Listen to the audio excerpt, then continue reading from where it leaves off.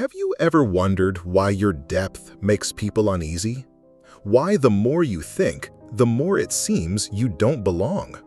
Why your silence, your questions, your unwillingness to play along with shallow expectations cause others, especially women, to withdraw, criticize, or misinterpret you?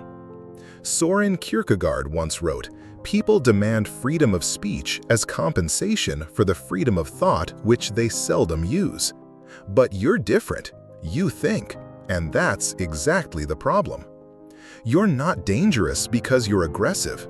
You're dangerous because you refuse to be predictable. In a world where predictability is mistaken for safety, the intelligent man becomes a threat just by existing. Modern relationships are built on comfort, not truth. But the intelligent man is allergic to illusions. He peels back masks. He asks why love feels transactional.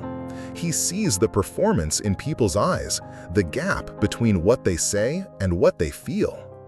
Kierkegaard warned, "The crowd is untruth." When a man refuses to be swallowed by the crowd, chooses his own path of meaning, solitude, and reflection, he breaks the framework society relies on to keep people passive and emotionally compliant. Women don't fear intelligent men because they're smart. They fear them because they can't contain them. The intelligent man doesn't rely on flattery to be desired. He doesn't seek validation to feel masculine. He doesn't play the puppet just to be chosen. He doesn't chase because he knows most chases are rooted in illusion, not love. And when he loves with terrifying clarity, not for comfort, but for revelation. That kind of presence, sharp, discerning, existentially honest, is rare. And what's rare is often rejected before it's respected. Kierkegaard wrote extensively about despair, not as most understand it. He called it the sickness unto death, a man unaware he has become estranged from his true self. And that's what modern culture fears most about men, that they might awaken from the performance, stop being charming, and start being conscious, because a conscious man can't be swayed by applause or emotional chaos. A conscious man no longer needs to be liked. When a man stops needing approval, he becomes free. And when he becomes free, he becomes dangerous. Calm, reflective, articulate. Ask yourself, why do you feel misunderstood in every room you enter? Why do people seem uneasy around your silence? It's because most people, especially in this attention-driven world, define themselves by being seen. The intelligent man is different. He doesn't need to be seen. He needs to see deeply, into himself and others. And seeing deeply makes others uncomfortable, especially when they're hiding something. Kierkegaard said, "Life can only be understood backwards, but it must be lived forwards." The intelligent man lives forward, but with eyes that dissect history, power, emotion, seduction, fear. What happens when a man stops being seduced by the surface? When he stops playing emotional games? He becomes unplayable, not because he's cold, but because he's whole. And that wholeness disrupts the modern dating economy, where confusion is currency and emotional unpredictability is mistaken for passion. Kierkegaard knew this. He walked away from the only woman he ever loved, not because he didn't feel, but because he felt too much. He knew that to live authentically, he had to reject the roles society assigned him, even at the cost of losing everything. Men, listen closely. The more intelligent you become, the more isolated you may feel. But that's not failure.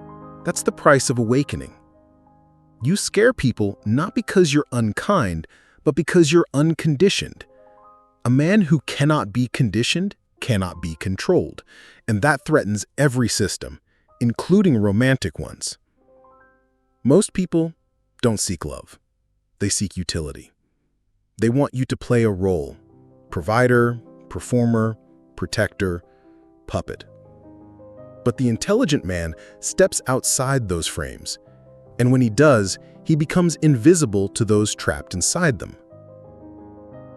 Kierkegaard called this leap of faith, leaving behind roles, systems, and shallow expectations to walk alone, to love truth more than comfort, to choose despair, if it's honest, over fake bliss.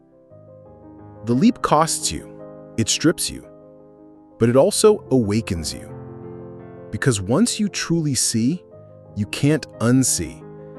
And when your intelligence is rooted in self-awareness, you no longer chase validation. You chase meaning, or God, or peace. And that terrifies you, and sometimes terrifies others. Here's the truth. People fear your silence. Not because you're cold, but because you're clear. Clear enough not to be manipulated by fuzzy narratives. In a noisy culture, your stillness becomes a threat. In a world built on stimulation, your calm disconnects people. When everyone must be available, your refusal to respond is like a jolt. But that is the rebellion of the intelligent man, conscious choice.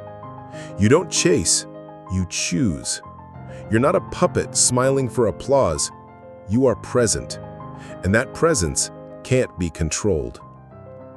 Kierkegaard called this the single individual, the one who separates from the crowd not out of arrogance, but loyalty to the self.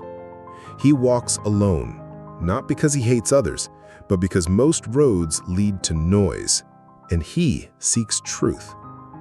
The deeper your roots, the more others will try to shake you, not because you're wrong, but because you remind them of what they abandoned, their depth, integrity, silence.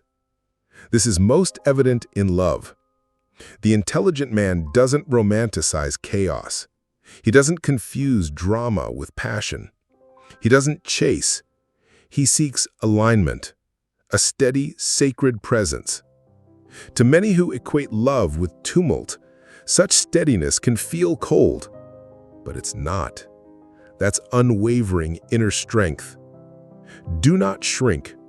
Do not dim your clarity to be accepted. Do not hide your intelligence to spare others' egos. You are not meant to blend into the world's noise. You're meant to be the anchor of truth, even if it means standing alone. Kierkegaard lived in solitude, and not sorrow. His struggles became scripture. His questions became fire. His writings a map for men like you. If you're being misunderstood, good. If you're labeled distant, good. If you're called arrogant, good. It means you're no longer digestible. It means you've begun to truly exist. This world doesn't need more nice guys, polished charm, or obedient puppets. It needs real men who know who they are, walk in silence, love without losing themselves, speak when it matters, and disappear when it doesn't. Those men aren't for everyone, but they are unforgettable to those who truly see them.